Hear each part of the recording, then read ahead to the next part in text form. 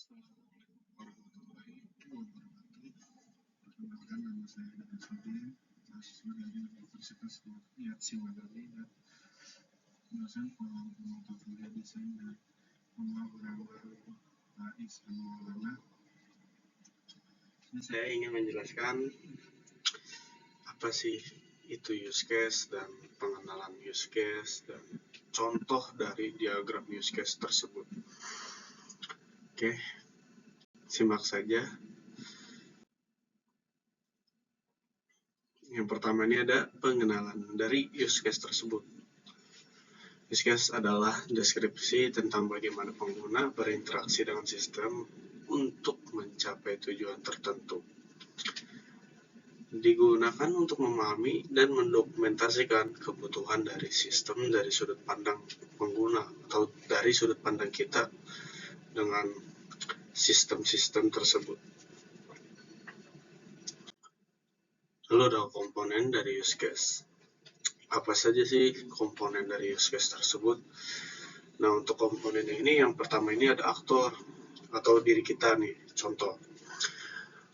Nah, aktor ini yaitu suatu pengguna atau sistem lain yang berinteraksi dengan sistem. Jadi kita nih yang berinteraksi dengan sistem apa yang kita gunakan. Kedua ada sistem. Nah, sistem ini adalah suatu aplikasi atau layanan yang sedang kita gunakan. Contoh sistem itu ada banyak, seperti kita menggunakan m-banking, menggunakan jasa bank mobile seperti itu. Lalu ada tujuan, hasil yang ingin dicapai oleh aktor atau hasil yang kita ingin capai. Lalu yang keempat ada alur utama atau main flow, langkah-langkah utama dari interaksi tersebut. Interaksi apa saja antara kita dengan sistem. Lalu alur alternatif, skenario lain jika terjadi kondisi berbeda, atau contohnya kita nanti ada alternatif. Ini akan saya jelaskan di diagramnya saja ya. Nah, untuk contoh sederhana use case-nya ada use case diagram bisa dilihat pada sistem perbankan kan, seperti yang saya bilang, salah satunya pada mesin ATM. ATM menggunakan internet agar bisa terhubung ke bank terkait dan bisa memberi layanan ke penggunanya. Misalnya, Dika menggunakan mesin ATM untuk mengecek saldo di rekeningnya. Ya, tidak hanya itu, ia juga mentransfer dan menarik sejumlah uang melalui mesin ATM. Nah, itu dia contohnya.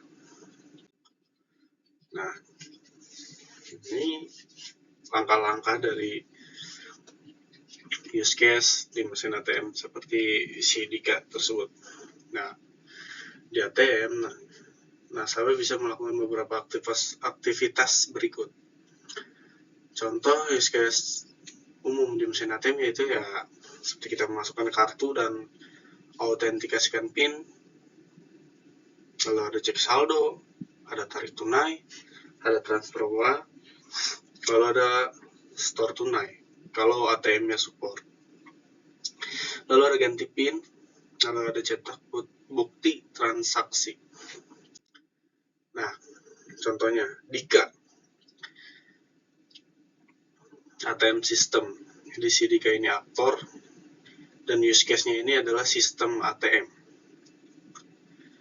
Nah, Dika memasukkan kartu ATM ke dalam ATM, lalu untuk ngecek saldo, ada transfer, ada tarik tunai dan bayar tagihan.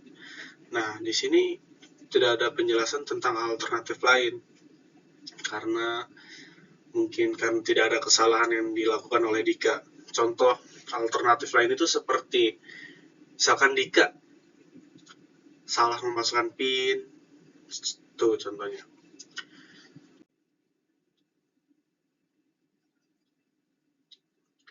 Lalu ada tujuan dan manfaat dari use case. Tujuan dan manfaatnya itu memahami kebutuhan pengguna.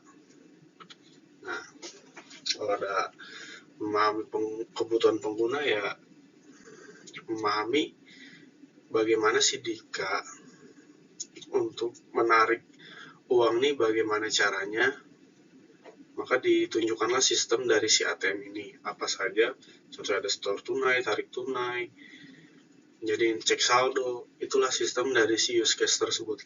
Lalu ada menyederhanakan komunikasi antara tim teknis dan non-teknis. Lalu menjadi dasar dalam perancangan sistem dan testing, lalu membantu identifikasi fitur penting dalam aplikasi. Nah, untuk kesimpulannya, use case adalah alat penting dalam analisis sistem untuk membantu menghubungkan kebutuhan pengguna dengan solusi teknis. Menggunakan use case sejak awal proyek itu untuk hasil yang lebih tepat sasaran.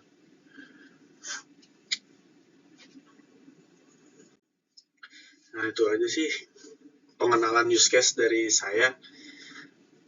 Bila ada kata yang kurang enak atau yang kurang tepat, mohon dimaklumi dan mohon maaf sebesar-besarnya. Saya, Magil Nasruddin, ingin ucapkan wassalamualaikum warahmatullahi wabarakatuh. Terima kasih.